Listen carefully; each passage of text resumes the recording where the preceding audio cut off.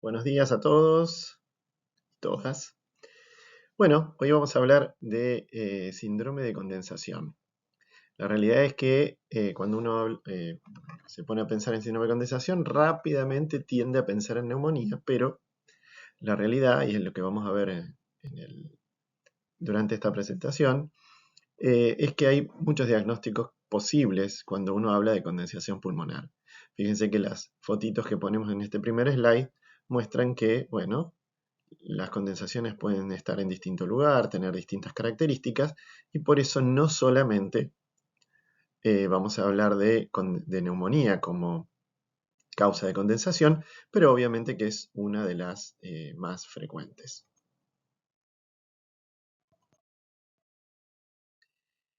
Bien, acá entonces podemos dividir, como ven en el slide, los síndromes parenquimatosos pulmonares en dos grandes grupos, los que afectan el espacio aéreo y los que afectan el intersticio, ¿sí?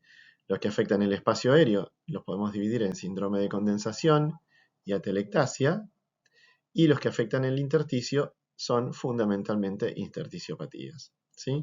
Las enfermedades pulmonares intersticiales probablemente las vean en MIC2, por lo tanto nosotros nos vamos a dedicar a lo que es dentro de los síndromes parenquimatosos pulmonares, la afectación del espacio aéreo, y en este caso vamos a hablar fundamentalmente de síndrome de condensación.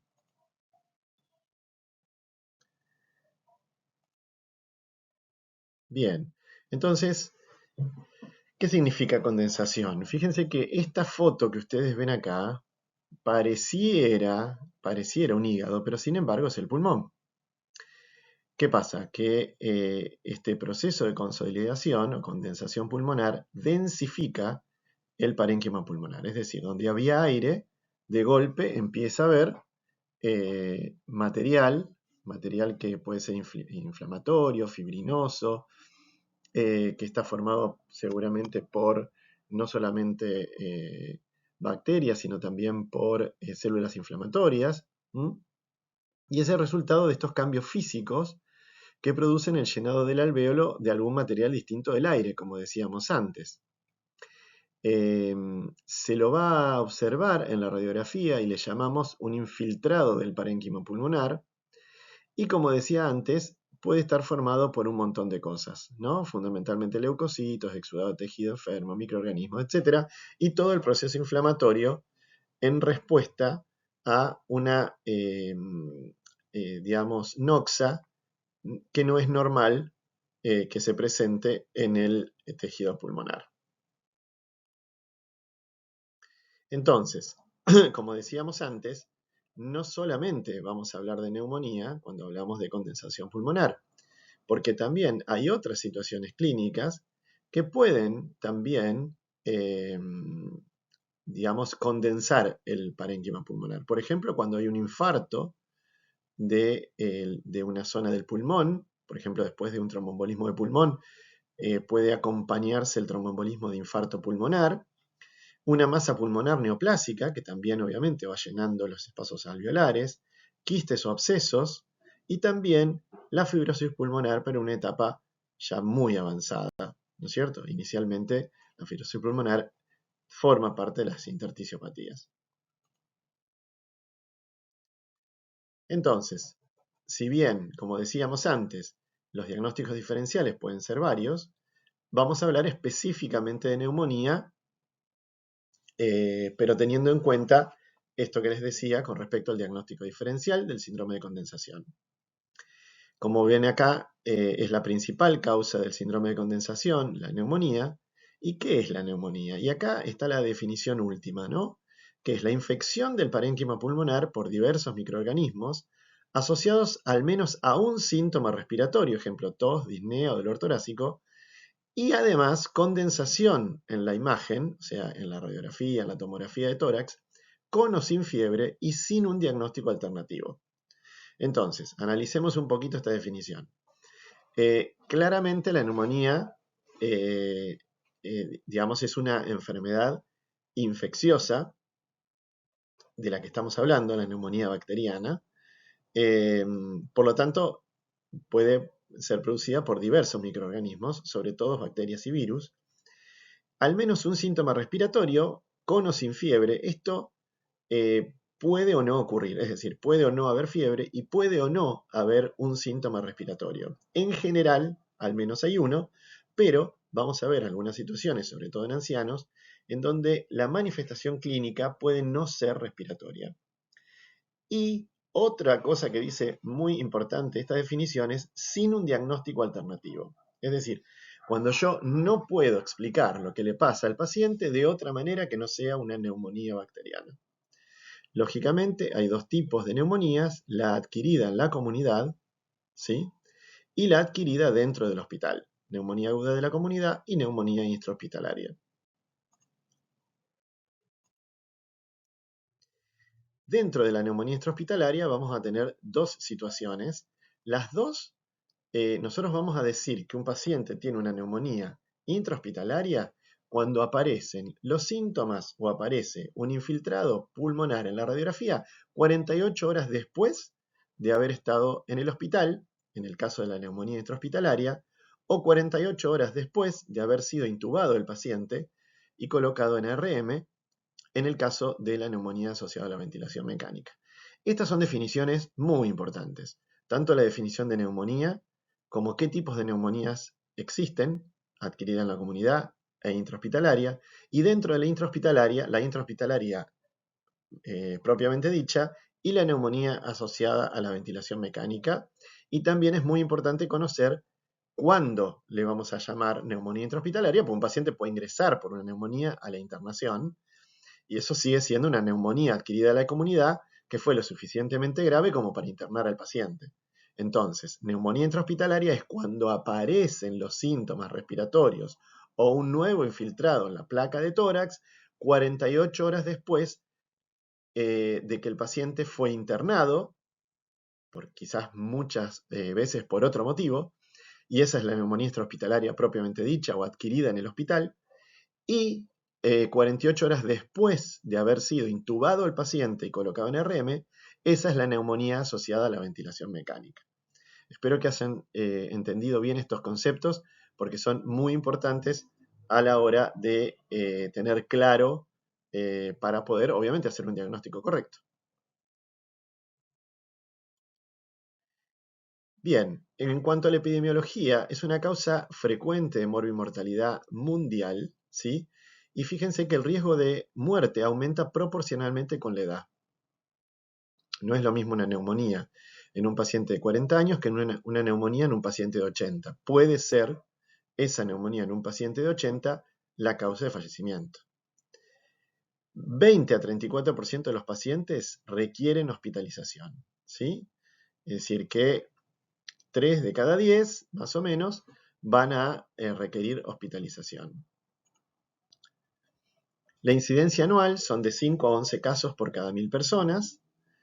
Fíjense que tiene una mortalidad ambulatoria del 0,1 al 5% y una mortalidad en pacientes hospitalizados, sobre todo los pacientes hospitalizados en terapia intensiva, del 50%.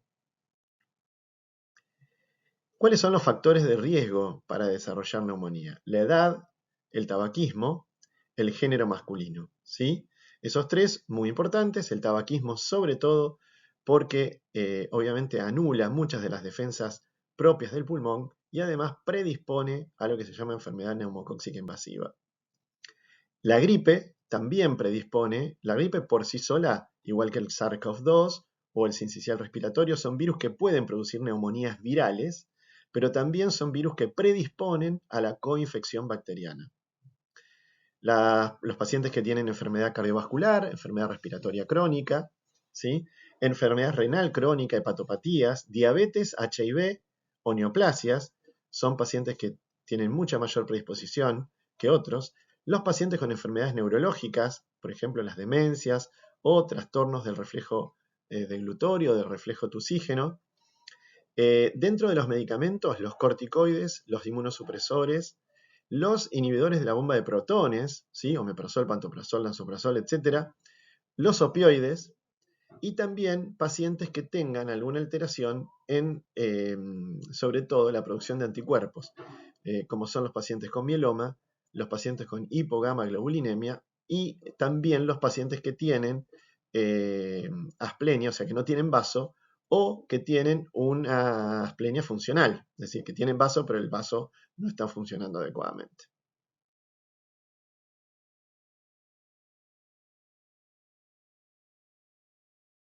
Bien, ¿cuáles son los microorganismos causales? Bueno, dentro de las bacterias nombramos algunas, Streptococcus pneumoniae, Haemophilus influenzae, la moraxella, también son todos patógenos respiratorios. El estafilococo aureus, que muchas veces produce neumonías que, digamos, llegando al pulmón por vía hematógena y no por vía respiratoria, ¿sí? Lo mismo en las bacterias gram negativas, como por ejemplo Escherichia coli, Klebsiella, Pseudomonas, eh, que son patógenos que generalmente producen neumonías graves, ¿no? Otras bacterias, llamadas bacterias atípicas, pero en realidad son bacterias menos comunes, ¿sí? El Mycoplasma pneumoniae, la Chlamydia psittaci, que produce la citacosis, o la Legionella, ¿sí? La Legionella es un microorganismo que hay que pensarlo sobre todo en neumonías graves, en pacientes que, por ejemplo, requirieron asistencia respiratoria mecánica. En esos pacientes hay que pensar a la Legionella como una posibilidad. Y como decía antes, también los virus pueden producir neumonías, por ejemplo, los virus de la influenza A y B, el COVID, ¿sí? Y otros coronavirus, el adenovirus, el virus esencial respiratorio, el metaneumovirus, ¿sí? Son todos virus que pueden producir neumonías, pero también, sobre todo gripe, COVID y sincicial respiratorio, son virus que favorecen eh, la coinfección bacteriana, además de que ellos mismos puedan producir neumonías. ¿Cómo se produce entonces la neumonía? Bueno, en relación a la fisiopatogenia, normalmente lo que ocurre es la aspiración de gérmenes. Esto es lo más común, ¿sí? La aspiración se divide en microaspiración y macroaspiración. La microaspiración ocurre, e inclusive ocurre en adultos sanos, en forma subclínica. Esto es un concepto nuevo porque en realidad hasta hace poco tiempo se consideraba que la vía aérea era estéril y en realidad no hay ninguna porción de la vía aérea que sea estéril, ¿sí? El pulmón tiene microbioma, ese microbioma está formado por microorganismos y por la respuesta normal del huésped, y ese microbioma muchas veces contiene también bacterias patógenas. ¿Qué pasa? Cuando hay una disbiosis o una disbacteriosis en ese microbioma pulmonar, eh, predomina entonces la bacteria patógena sobre las bacterias comensales y eso genera entonces una reacción inflamatoria y posteriormente la neumonía. Muchas veces eso hace que, eh, por este tema, sea difícil también la confirmación etiológica de la neumonía, es decir, saber cuál es la bacteria que la está causando, porque muchas veces es ese alteración del control local del microbioma que hace que se genere la neumonía. Por lo tanto, si uno no, de alguna manera, no ingresa y toma una muestra, que obviamente eso no se hace en todos los pacientes con neumonía, entonces muchas veces nos vamos a quedar sin saber cuál realmente fue la causa de la neumonía, sabiendo que empíricamente que los gérmenes más frecuentes fueron un poco los que habíamos hablado antes.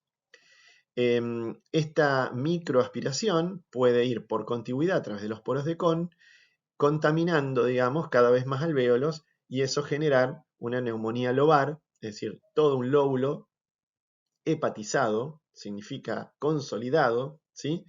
Y por eso aparece una radiopacidad en la radiografía de tórax, ¿sí? O un infiltrado con broncograma aéreo, que después vamos a ver de qué se trata, en la tomografía de tórax.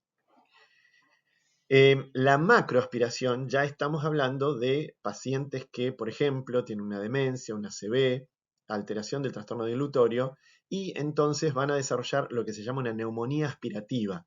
Este es otro tipo de neumonía, muchas veces es química, porque obviamente al aspirarse contenido gástrico ingresa pepsina, ingresa gastrina, ingresa ácido clorhídrico al pulmón y genera toda una reacción inflamatoria que muchas veces no tiene que ver con la llegada de microorganismos, y también a veces sí, pero muchas veces la macroaspiración, o sea, la neumonía aspirativa, es otro tipo de neumonía y muchas veces, vuelvo a decir, no necesariamente es infecciosa.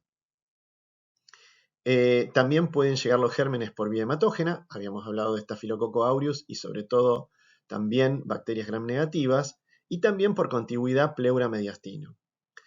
¿Qué mecanismos de defensas tenemos para evitar sobre todo esta microaspiración, que es la base o la causa más frecuente del desarrollo de neumonía?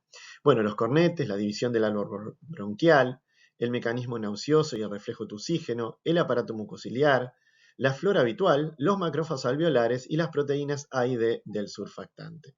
Todos estos mecanismos tratan de defender al pulmón de la llegada de gérmenes patógenos. Pero también muchos de estos mecanismos, por ejemplo, están alterados por el cigarrillo. ¿Sí? Y además de todo esto, ¿sí? También una manera de eliminar las bacterias patógenas es la respuesta inmunológica, tanto la innata como la adquirida. Recuerden que la inmunidad innata está relacionada con barreras físico-químicas, ¿sí? Con células fagocíticas como por ejemplo macrófagos o neutrófilos y con las proteínas del complemento. Eso es lo que llamamos inmunidad innata. La inmunidad adquirida, que es mucho más específica, que deja memoria y que es más lenta, ¿sí? Está relacionada a linfocitos B y T y la producción de anticuerpos. ¿Sí? Esto para repasar un poquito y que tengamos claro los conceptos de inmunidad innata e inmunidad adquirida o adaptativa. Bien, bueno, este señor que ven aquí es Karl Flusch, al cual les debemos la descripción de las gotitas de Flusch, que fundamentalmente son gotitas que contagian neumonías de forma inhalatoria. Las neumonías de forma inhalatoria son fundamentalmente producidas por virus y por Mycobacterium tuberculosis, ¿sí? Que también puede manifestarse en forma de neumonía. Pero en este caso no es por microaspiración, sino por inhalación a través de gotitas de Flusch. La microaspiración era lo que decíamos antes, pequeñas cantidades de secreciones nasofaringeo de contenido bucal. Fíjense que ocurre más frecuentemente durante el sueño y particularmente en personas mayores. Es causa habitual de neumonía por Streptococcus pneumoniae o por Haemophilus influenzae. En cambio, la macroaspiración, ¿sí? Como decíamos antes, en estos casos hablamos de neumonía aspirativa. ¿Bien? Y estamos hablando muchas veces de un mecanismo químico de producción de neumonía y no infeccioso. No quiere decir que la neumonía aspirativa no sea infecciosa y muchas veces no necesitemos antibióticos, pero tengamos en cuenta que muchas otras veces el mecanismo es químico, por lo que uno aspira de contenido gástrico. Y por vía hematógena, vuelvo a repetir, Staphylococcus aureus o bacilos gram negativos. Bueno, fíjense acá, esta es la fisiopatología de la neumonía con la nueva teoría que, en donde le da una preponderancia al microbioma pulmonar. ¿Sí? Fíjense que en menos del 50% de los casos se detecta un agente causal en la neumonía, ¿sí? Y esto era porque siempre se interpretó que el alveolo pulmonar como un sitio estéril, sin embargo no lo es, y la baja tasa de detección de patógenos frente a estudios moleculares hicieron investigar y llegar a la conclusión de que había un microbioma pulmonar, que el parénquima pulmonar no es estéril, ¿sí? Y que entonces, normalmente, digamos, tradicionalmente, pensamos que los gérmenes colonizan la faringe y por microaspiración llegan al pulmón. Esta puede ser una causa de neumonía, sobre todo si el inóculo es suficiente y ese sistema inmune no funciona adecuadamente, pero también, ojo que el microbioma, que es similar a la flora bucal, las bacterias que forman el microbioma pulmonar son la Prevotella, la Bellionella y los estreptococos microaerófilos, ¿sí? Que se han detectado por estas técnicas que ustedes ven acá, técnicas de secuenciación génica, etc. Cuando hay una disbacteriosis, una disbiosis del microbioma, también eso hace que disminuyan las bacterias comensales y aumenten las patógenas, y eso solo también puede producir neumonía. ¿Se entendió esto, no? Dos mecanismos bien claros: o microaspiración de contenido bucal o el contenido nasofaringio, o una disbiosis del microbioma pulmonar. De cualquiera de las dos maneras podemos desarrollar una neumonía. Entonces, fíjense, en el caso, perdón, en el caso de la llegada del Streptococcus pneumoniae, bueno, acá en este slide tienen en 4 pasos todo lo que va ocurriendo, la llegada de los macrófagos, de los neutrófilos, cómo actúan los macrófagos alveolares, y se va produciendo todo el infiltrado dentro del alvéolo, que a través de los poros de Kohn se va pasando a otros alvéolos y en definitiva se genera la consolidación pulmonar. Fíjense que acá muestra esta figura los poros de Kohn entre alvéolo y alvéolo, y después hay dos canales que a veces se discutía la presencia, ¿sí? Que son los canales de Lambert entre el bronquio y el alvéolo, y los canales de Martin entre bronquiolo respiratorio y bronquiolo respiratorio. Obviamente, si es de existir estos canales, que ya está definido que sí, también ayudan a la hepatización del lobulillo pulmonar. Bien, en relación a los síntomas, ¿qué pasa cuando todo esto ocurre? Bueno, los síntomas más frecuentes son taquipnea, disnea, tos con o sin expectoración, fiebre, dolor torácico, y en el caso de la legionela puede acompañarse de diarrea. También el neumococo puede dar diarrea. Así que a veces algunos síntomas digestivos pueden, de alguna manera, complicarnos el diagnóstico, ¿no es cierto? Porque, bueno, algunos gérmenes se acompañan de síntomas digestivos también. Pero, como decíamos antes, al menos un síntoma respiratorio de los más frecuentes, los que les acabo de mostrar. Pero también, sobre todo en los ancianos, tener en cuenta la caída. A veces una caída puede ser síntoma de neumonía, es decir, llega un paciente a la guardia, lo trae el familiar o lo traen del geriátrico porque se cayó. Bien, y en realidad no hay una causa clara, no sabemos si si trastabilló, si se tropezó. Bien, ojo, porque puede ser que tenga una neumonía y por eso se haya caído.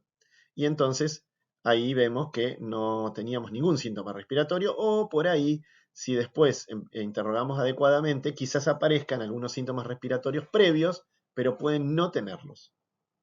Y también puede ser que llegue un anciano a la guardia con un síndrome confusional, y la neumonía y la infección urinaria son causas muy frecuentes de síndrome confusional en el anciano, pero también, y siempre tener en cuenta, que una persona con un síndrome confusional puede tener una meningitis, puede tener una encefalitis, ¿sí?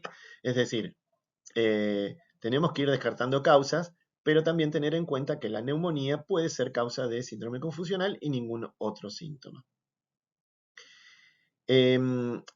Como decíamos antes, la neumonía puede estar adquirida en la comunidad o ser intrahospitalaria. Dentro de la adquirida en la comunidad tenemos con y sin factor de riesgo.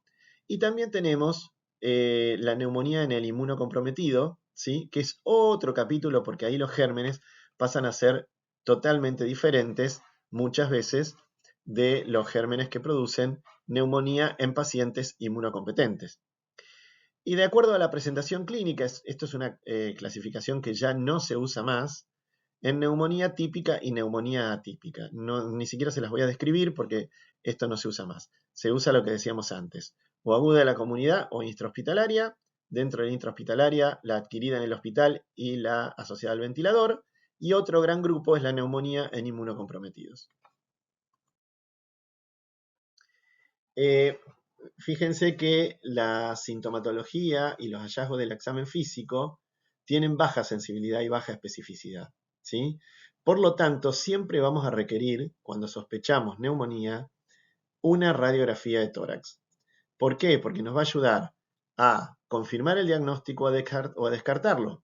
Pacientes con síntomas respiratorios y placa normal, bueno, puede ser una infección viral, puede ser un EPOC reagudizado, puede ser asma, ¿sí? O sea, pueden ser otras patologías respiratorias que también pueden producir síntomas parecidos a la neumonía. La egofonía, como vieron en la radiografía, en el slide anterior, era uno de los que tenía más especificidad, ¿sí? ¿Y qué es la egofonía? Aparece cuando hay una consolidación y además un derrame paraneumónico, ¿sí? Y fíjense que acá está en la definición, la modificación de la voz transmitida que se escucha estridente, aguda y con un carácter tembloroso. En general, el paciente dice A y lo que nosotros escuchamos es como una E, ¿sí? Es característica en las pleuritis y se escucha en el borde del derrame, pero tiene que haber consolidación, ¿sí? Eso es la egofonía. Bien, obviamente que en el examen físico, en la inspección, nosotros podemos observar varias situaciones que nos pueden, de alguna manera, orientar a que el problema es respiratorio, no es que es una neumonía, ¿sí? Es decir, lo podemos ver al paciente taquipneico, ¿sí? Podemos ver que el paciente utilice músculos respiratorios, etc. Eso nos va a decir que el problema es respiratorio, pero no nos va a decir que el paciente tiene una neumonía, ¿sí? Con respecto a la palpación, ahí ya tenemos algunas maniobras para hacer, fundamentalmente buscar las vibraciones vocales. Las vibraciones vocales es con el paciente sentado, toda la palma apoyada, tanto en el dorso como en la parte anterior del tórax, y uno va apoyando la palma, digamos, primero en la parte superior del pulmón, después en la media, después en la inferior, mientras el paciente le pedimos que diga 33. Cada vez que apoyamos la mano, debe decir 33. Esa vibración, cuando hay una consolidación, se siente en la mano como mucho más claro, ¿no es cierto? Mucho más claro. Se siente una vibración, por eso se llama vibración vocal. Por lo tanto, en el síndrome de condensación, las vibraciones vocales van a estar aumentadas, ¿sí? Esto es fundamental porque en, por ejemplo, el derrame pleural, que es otro síndrome que después en otro seminario vamos a hablar de derrame pleural, van a ver que una de las características del derrame pleural es que las vibraciones vocales están disminuidas. Entonces, esto es un dato semiológico que nos ayuda a discernir, por ejemplo, frente a una radiografía que no se ve claro, es un derrame, no es un derrame, tiene consolidación o no. Bueno, cuando nosotros revisamos al paciente y le pedimos que diga 33 y palpamos las vibraciones vocales, si están aumentadas, esto es clásico del síndrome de condensación, si están disminuidas, es clásico del derrame pleural.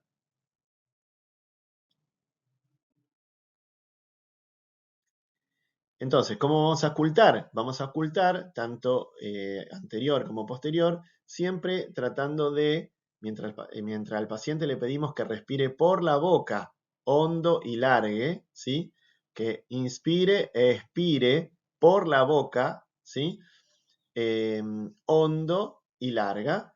Y cada vez que hacemos eso, nosotros tenemos que ocultar la inspiración y la expiración y también tenemos que ir comparando, ¿sí? Un pulmón con otro. ¿Bien? Entonces, nosotros podemos ocultar el ruido respiratorio normal, que tiene dos componentes, el ruido laringotraqueal y el murmullo vesicular. Obviamente lo vamos a escuchar en los dos tiempos respiratorios, ¿sí? Después tenemos los ruidos agregados, que esos son ruidos que no son normales y se producen por la distorsión de la arquitectura broncopulmonar durante el paso del aire a través de las vías respiratorias, ¿sí? Y esos son soplos, estertores o resonancia vocal. Dentro de los soplos, en el caso del síndrome de condensación, podemos escuchar un soplo tubario. Es la percepción del ruido laringotraqueal en las paredes del tórax, se escucha en caso de neumonía con bronquio permeable, ¿sí? Entonces, el soplo tubario es característico de la condensación pulmonar. Entonces, ya tenemos vibraciones vocales aumentadas, soplo tubario, otra característica del síndrome de condensación, Y después tenemos otros soplos, que pueden ser el cavitario, en las cavidades, por ejemplo, en una cavidad tuberculosa, ¿sí? El soplo anfórico, que es el soplo del neumotórax, que se puede auscultar en un neumotórax, y el soplo pleurítico. El soplo pleurítico tiene características particulares también, las vamos a repasar cuando veamos derrame pleural, pero les digo que se ausculta siempre en el borde superior del derrame, ese borde superior se llama línea de Damasó, y el soplo pleurítico es un soplo en E, se escucha como una así, y es característico del derrame pleural. En cambio, el soplo tubario es un soplo mucho más grave, ¿sí? Y se va a escuchar en la zona de la condensación. Y después tenemos los estertores. Los estertores pueden ser crepitantes o subcrepitantes. Los crepitantes son los estertores clásicos que se debe a el despegue de los alvéolos que están pegoteados por el material fibrinoide, inflamatorio de la neumonía. Y es como, el ruidito es como si ustedes se frotan el cabello, ¿sí? O cuando ustedes toman el mate y que llegan hasta el final y se escucha el ruidito, cuando ustedes toman el mate y se escucha el ruidito. Bueno, cuando pasa eso, acérquense el mate a la oreja, que es cuando se va despegando la yerba. Bueno, ese ruidito es igual a los estertores crepitantes que uno va a ocultar cuando tenemos, por ejemplo, una neumonía, ¿sí? Los estertores crepitantes, como ocurren por el despegamiento alveolar, ¿sí? No se van a modificar por la tos. En cambio, los subcrepitantes, que son estertores que se escultan fundamentalmente por secreciones en los bronquios o bronquíolos, ¿sí? Claramente, como la producción del estertor subcrepitante es de la vía aérea, cuando al paciente lo hacemos toser, le pedimos, auscultamos los estertores. No sabemos si son crepitantes o subcrepitantes. Entonces le decimos al paciente, por favor, tosa. El paciente tose, le volvemos a pedir que respire hondo y si el ruido se modificó, si el estertor se modificó, eran subcrepitantes. ¿Por qué? Porque la génesis está en la vía aérea. Cuando el paciente tose, puede modificar la mucosidad de la vía aérea. En cambio, cuando el paciente tose, no modifica el material inflamatorio que está en el alvéolo. Bien, por lo tanto, los estertores crepitantes no se modifican por la tos y los estertores subcrepitantes sí se modifican por la tos. Con respecto a la resonancia vocal, la broncofonía fisiológica es, bueno, lo que auscultamos en un paciente normal, digamos, es una sensación sonora y poco intensa, y no se permite identificar sílabas, como leen ahí en el slide. La broncofonía, la voz llega al oído con mayor intensidad y resonancia que en condiciones normales, ¿sí? Esto es cuando hay una condensación pulmonar. Después tenemos la pectoriloquia. ¿Qué es la pectoriloquia? Pectoriloquia en latín quiere decir pecho que habla. Pector, pecho, oquia, loquia, ¿sí? Que habla. Pectoriloquia, pecho que habla. Se encuentra en las zonas de condensación, pero a diferencia de la broncofonía, acá sí las palabras se reconocen con claridad, ¿sí? En este caso, cuando el paciente dice 33, como le estamos auscultando, vamos a auscultar bastante claro 33 en la zona de la condensación.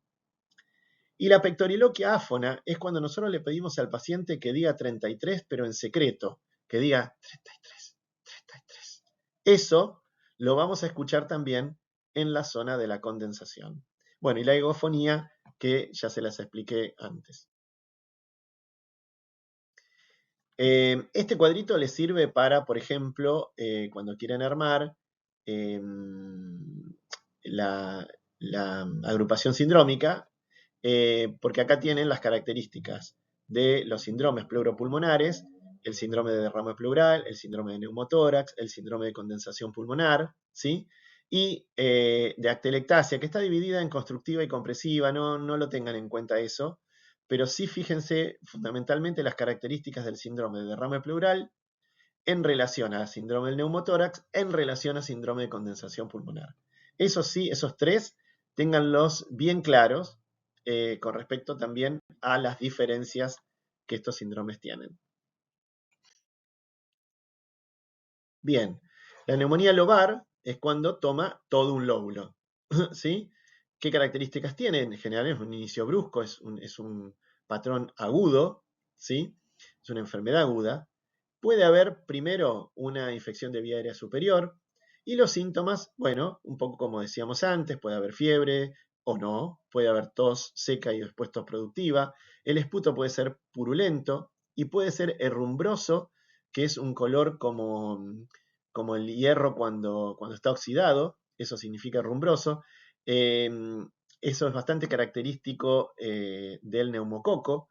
También hay un esputo característico que es en Jalea grosselia, que es el esputo característico de la neumonía por Klebsiella. Bueno, puede haber dolor de tipo pleurítico. La característica del dolor pleurítico es muy importante tenerla en cuenta. Es el paciente que va a decir que le duele cuando tose o que le duele cuando respira hondo en forma de puntada, a veces en el costado del lado derecho o izquierdo, según donde esté la consolidación. Y eso es por la inflamación de la pleura visceral sobre la parietal. También puede haber, bueno, utilización de músculos accesorios. A veces el herpes acompaña, el herpes labial, a la neumonía por neumococo. ¿Sí? Y bueno, obviamente en el laboratorio vamos a encontrar leucocitosis con desviación a la izquierda. Y fíjense que en la radiografía están viendo la consolidación pulmonar, que es esto blanco que ustedes ven acá. Y acá, si ustedes ven bien, hay como una I, ¿sí? Más negrita, que esos son los bronquios, que están permeables, y como hay aire en los bronquios, se ve el bronquio rodeado del proceso inflamatorio que están en el alvéolo, y entonces esto se llama broncograma aéreo, y es bastante característico de la neumonía bacteriana. Los exámenes complementarios. La radiografía de tórax claramente se necesita. Ustedes saben o vieron en la definición, es claro que tiene que haber una consolidación o un infiltrado nuevo en la placa de tórax, ¿sí? Así que es necesario como examen complementario. Permite confirmar el diagnóstico, pero además descarta diagnósticos alternativos, ¿sí? Y también puede identificar marcadores de curso más complicado de la neumonía, tal cual lo dice ahí el slide. Así que es muy importante, frente a un paciente con síntomas respiratorios, sospecha de neumonía, completar con un examen complementario, fundamentalmente placa de tórax, y en el laboratorio, en realidad, lo que vamos a tener es algunos datos que nos van a servir, por ejemplo, la leucocitosis habitualmente, pero ojo con la leucopenia, porque cuando un paciente con neumonía tiene leucopenia, tiene hipotensión, por ahí puede estar entrando en una sepsis, y obviamente la gravedad es mayor. La LDH nos puede ayudar, por ejemplo, en algunas etiologías como el neumocistis o el histoplasma. Cuando hay sospecha de neumocistis y hay una LDH alta, la verdad que esto es un dato bastante importante a favor. La famosa procalcitonina. En el caso de la procalcitonina, fíjense lo que dice ahí. 25% de las neumonías de origen bacteriana tiene procalcitonina normal. Y 25% de las no bacterianas tiene procalcitonina elevada. ¿Qué quiere decir esto? Los trabajos que se empezaron a publicar hace tiempo atrás decían, si nosotros pedimos procalcitonina y la procalcitonina está normal, la neumonía es viral. Y si la procalcitonina es alta, la neumonía es bacteriana. Bueno, esto en realidad está muy en discusión. Hoy la procalcitonina prácticamente no nos ayuda demasiado. La clínica nos va a ayudar mucho más a definir si es una neumonía viral o si es una neumonía bacteriana. Y también la quisieron utilizar como marcador para definir si poner antibióticos o no, y la verdad es que no ha servido. El antígeno urinario, tanto para neumococo o para legionela, en los casos que sospechemos legionela, no hay que pedirlos de rutina, ¿sí? Y en general tiene una positividad más alta cuando la neumonía es bacteriémica, es decir, cuando la neumonía se asocia a pasaje del Streptococcus pneumoniae a la sangre. Esto lo podemos obtener en los hemocultivos que solo vamos a realizar en las neumonías graves de los pacientes que se internan, y porque además tenemos una tasa de positividad de los hemocultivos muy baja, entre un 15 y un 20%. Y la PCR, bueno, obviamente que la PCR para gripe y COP2 es bastante de rutina en un paciente que se interna con síntomas respiratorios, ¿sí? Y en algunos casos que sospechemos micoplasma o clamidófila o clamidia citasi, bueno, hay forma de definir si estos son los gérmenes que están produciendo los síntomas respiratorios. Es muy importante cuando uno vaya a describir la placa de tórax, y yo creo que en el taller de respiratorio lo van a analizar adecuadamente, pero que tengamos en cuenta, y en este slide está bien clarito, ¿sí?, lo que es contenido y continente de la placa de tórax, es decir, todo lo que es huesos y partes blandas, ¿sí?, se le llama continente, ¿sí?, y los pulmones, el corazón, es el contenido. Nunca dejar de ver las dos cosas. Más de una vez, ¿sí?, un paciente tenía una fractura en la cabeza del húmero o una fractura de clavícula, y en realidad, porque nos fuimos a describir la probable radiopacidad que tenía en la radiografía, nos olvidamos de la fractura. Entonces, siempre mirar el continente y el contenido. Y dentro del contenido, acuérdense los bordes, porque cada una de las estructuras se refleja en el borde derecho o izquierdo del corazón. Siempre mirar los senos cardiofrénicos y costofrénicos para ver si están ocupados o no, para definir si hay o no derrame pleural, ¿sí? Pero bueno, esto lo tienen que saber claramente, por eso se los dejo en el slide para que lo repasen. Las cisuras, importante recordar que del lado derecho tenemos dos cisuras, menor y mayor, y del lado izquierdo solamente una cisura, que es la cisura mayor. De esta manera tenemos lóbulo superior derecho, medio e inferior derecho del pulmón derecho, y lóbulo superior izquierdo y lóbulo inferior izquierdo en el pulmón izquierdo. Saber que, por ejemplo, más o menos en la mitad del pulmón derecho está la cisura menor es importante porque a veces se acumula agua en la cisura menor y puede simular una opacidad o una neumonía redonda, y muchas veces es lo que se llama tumor fantasma, porque lo vemos como si fuera un tumor, porque queda como redondito, pero resulta que es agua. Entonces, como es agua, cuando esa agua se va, la cisura vuelve a la normalidad y por eso se le llama a esa eventualidad tumor fantasma. Acá tienen entonces cómo está segmentado en los pulmones, qué pasa en el pulmón derecho, en el lóbulo superior, en el lóbulo medio y el inferior, y qué pasa en el izquierdo, en el lóbulo superior, en el lóbulo lingular y en el lóbulo inferior. Esto es muy interesante tenerlo en cuenta para saber dónde está ubicada la neumonía, y sobre todo si alguno de ustedes va a seguir diagnóstico por imágenes, bueno, esto lo tienen que saber perfectamente. Ahí vemos, por ejemplo, en el caso del pulmón izquierdo, en el lóbulo de la língula que se llama, ¿sí?, cómo se vería en un perfil y en un frente una neumonía lobar, en este caso del lóbulo de la língula. Pero no todo lo que uno ve siempre es lo que realmente es, ¿sí? Entonces, nosotros podemos estar acá viendo probablemente una chica que está sentada en la playa, ¿sí? Y sin embargo, lo que en realidad eran dos salchichas, ¿sí?, y una tablet que mostraba la foto de la playa. ¿Bien? Entonces, cuidado con esto en lo que tiene que ver fundamentalmente con las imágenes en la radiografía de tórax, porque a veces lo que estamos viendo, si no lo asociamos a la clínica, podemos ver las dos salchichas y en realidad son dos piernas o al revés. Acá también, y esto como este seminario va a quedar grabado y ustedes lo van a poder volver a ver, tienen los patrones de neumonía lobar, intersticial, neumonía redonda o cavitada, ¿sí? Esto es para que ustedes lo puedan leer.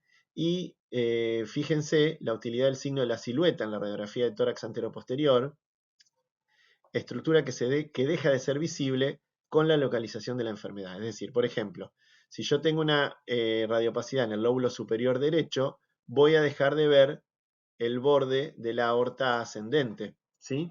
Es decir, que me va a hacer silueta, me va a hacer cambiar la silueta cardíaca, ¿sí? Porque se me va a adosar esa imagen radiopaca blanca con lo blanco del corazón. Eso se llama signo de la silueta. Bien, ¿y qué pasa en el caso del broncograma aéreo? ¿Sí? Un poco lo que yo les mostraba antes. En la radiografía normal, ¿sí? El pulmón normal está lleno de aire tanto en los alvéolos como en el bronquio. Entonces, en la radiografía normal, tanto bronco como alvéolos se van a ver negros. En cambio, con el pulmón condensado, los alvéolos se ven blancos porque están llenos de inflamación y los bronquios se ven negros. Entonces, en la radiografía vamos a ver el broncograma aéreo, como les mostraba yo antes, y ahora fíjense cómo se ve en la tomografía el broncograma aéreo. Fíjense cómo los bronquios se ven llenos de aire, rodeados por lo blanco, que es todo el proceso inflamatorio que produce la neumonía. Fíjense que ahí se vuelve a ver. Estas son todas imágenes para que ustedes vean cómo se puede manifestar de distintas maneras la neumonía. Bien, y entonces, ¿podemos llegar al diagnóstico etiológico? La mayoría de las veces no. Bien, claro, si identificamos el germen, el tratamiento va a ser más específico, pero la mayoría de las veces terminamos generando un tratamiento o dando un tratamiento empírico. Con respecto a las técnicas diagnósticas, el esputo solamente en pacientes que se internan, ¿sí? En pacientes con neumonías graves, porque el pedir esputo para una neumonía aguda de la comunidad y en pacientes que no tengan, aunque se internen y no tengan neumonía grave, no tiene ningún sentido. Igualmente, para que el esputo sea representativo, tiene que tener más de 25 neutrófilos y menos de 10 células epiteliales. La técnica es difícil para los pacientes, no hay que solicitar esputos, salvo en esas situaciones que les decía. Capacidad de diagnóstico, 50%. Hemocultivos por 2, capacidad de diagnóstico entre un 5 y un 14, y las pruebas de antígenos y PCR también, como decíamos antes. Vamos a utilizar algunos scores para definir severidad y también para definir muchas veces si el paciente se interna o no se interna. Claramente, ningún score reemplaza al criterio médico, ¿sí? A ver, por ejemplo, un paciente que tiene una neumonía y vive solo, ¿sí? Es probable que esa situación social de que viva solo o que, por ejemplo, no tenga dinero para comprar el antibiótico, haga que nosotros tengamos que internarlo, ¿sí? Entonces, y eso no está en ningún score, ¿bien? Entonces, los scores son para tenerlos de referencia. El CURB 65 es uno de los más usados. ¿Por qué es CURB? Por confusión, urea, mayor de 42, la frecuencia respiratoria mayor de 30, ¿sí? La B es de blood, de tension, de tensión arterial, menor de 90 para la sistólica, menor de 60 para la diastólica, una de las dos, ¿sí? Y la edad mayor a 65, por eso es CURB 65. Si nosotros sumamos y el paciente nos cae en el grupo 1, es de bajo riesgo. Si cae en el grupo 2, es de riesgo intermedio. Se debería hospitalizar. Y el grupo 3, sí o sí, se interna y muchas veces se tiene que terminar internando en terapia intensiva. La otra posibilidad es el CRB65, cuando no tengo la uremia. Es más o menos el mismo planteo. Y también tienen que tener en cuenta el índice de severidad de la neumonía, ese lo van a encontrar en online o en cualquier libro, y cuando ese índice de severidad de neumonía es menor de 90 puntos, el paciente se puede manejar en forma ambulatoria. Si es más de 130, en general se interna y entre 90 y 130 son esos pacientes intermedios que tenemos que definir después qué vamos a hacer. En cuanto a la elección del tratamiento, estas son las guías argentinas que están publicadas hace ya varios años, pero hasta el momento no hay nuevas y la verdad es que están bien. Recomendaciones de tratamiento antibiótico para pacientes en atención ambulatoria, menores de 65 años, se puede tratar con amoxicilina sola. No es necesario acá agregar amoxicilbactam, ¿sí? En los menores de 65 años o amoxiclavulánico. Solo con amoxicilina, cada 12 horas entre 5 a 7 días y el paciente debería mejorar. En los mayores de 65 años o pacientes que tienen comorbilidades, ejemplo, menos de 65 pero fuma, ahí sí tenemos que agregar clavulánico sulbactam también cada 12 horas y por 5 a 7 días.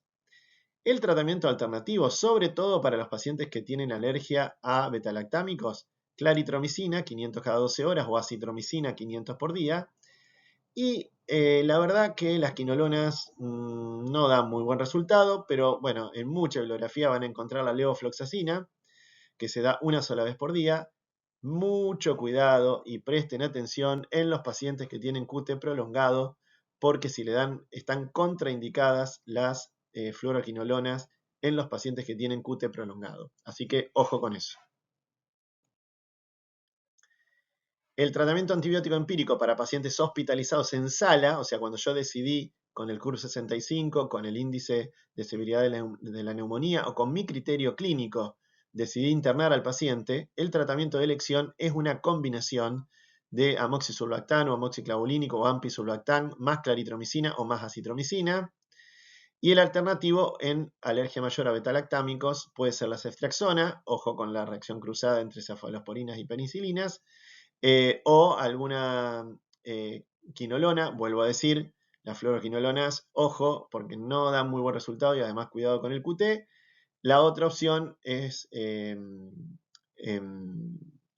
claritromicina en el caso de alérgicos a la penicilina. El antibiótico empírico para ya pacientes en unidad de terapia intensiva, bueno, ya esto es más complejo. Fíjense que Pseudomonas aeruginosa y Staphylococcus aureus son los gérmenes que más comúnmente uno encuentra en neumonías intrahospitalarias y asociadas a la ventilación mecánica, pero también en las asociadas a la ventilación mecánica pueden aparecer otros gérmenes como Klebsiella, como Cinetobacter, bueno, otro tipo de gérmenes que también están muy relacionados con la flora normal que exista en esa terapia intensiva. ¿Qué complicaciones puede tener la neumonía? Bueno, complicaciones infecciosas o no infecciosas. El paciente clásico que hace fiebre a los 3 días de haber estado mejor, ojo porque ahí puede estar desarrollando un empiema, ¿sí? Si bien existe el derrame paraneumónico, y el derrame paraneumónico es una inflamación secundaria a la misma neumonía que genera líquido en el parénquima pulmonar, y eso se reabsorbe y se cura de la misma manera que la neumonía, o sea, con el antibiótico y nada más. Pero cuando aparece un empiema quiere decir que hay gérmenes en el líquido. Y el empiema requiere drenaje, porque si no se drena, la pleura se pegotea toda y después es un problema. Entonces, considerar ante la presencia fiebre persistente o reaparición de la fiebre más leucocitosis luego de 4 o 5 días de tratamiento antibiótico apropiado. Y dentro de las no infecciosas, fíjense que hay un 7 a un 10% de mayor probabilidad de que el paciente se infarte cuando está cursando una neumonía o que tenga una arritmia nueva, por ejemplo, la fibrilación auricular.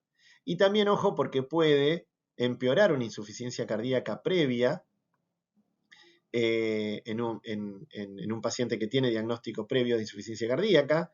También tengan en cuenta que 30% de los pacientes que se internan con diagnóstico supuesta neumonía no tienen neumonía, tienen otras cosas y muchas veces la insuficiencia cardíaca es una causa de de diagnóstico diferencial, perdón, del cuadro clínico parecido a una neumonía. Obviamente el examen físico y algunos hallazgos de la placa de tórax y en el laboratorio, por ejemplo el ProBNP, todo eso nos va a dar, nos va a orientar más a una insuficiencia cardíaca que una neumonía. Pero bueno, tengan en cuenta que 30% de los pacientes que se internan con diagnóstico de neumonía no terminan teniendo una neumonía, ¿sí? Otra causa de tos y tos que persiste durante varias semanas, puede ser que la causa sea viral o no dejemos de tener en cuenta la tos ferina, ¿sí? La tos convulsa. Tos seca que dura más de 2 a 3 semanas en adultos, ojo que puede ser tos ferina. Bueno, los marcadores de pronóstico, si el paciente tiene un sodio menor a 130, ojo, porque ese paciente tiene peor pronóstico. Si empieza a haber fallo renal, también esto hay que tener cuidado porque puede ser eh, que, que el paciente esté empeorando. Y cuando la glucemia es mayor a 250 en pacientes con diabetes, quiere decir que bueno, la infección está descompensando una diabetes previa. La prevención, vacuna antigripal, vacuna para COVID, vacuna para neumonía. La Prevenar 13 y la 23 separados por un año o separados por 8 semanas si el paciente es inmunocomprometido. Y ahora está la Prevenar 20. Si usamos la Prevenar 20, no es necesario usar la Neumo 23. Bueno, espero que les haya gustado. Cualquier duda pueden escribir por el campus o consultar con los docentes en el laboratorio de este tema que va a ser este próximo martes.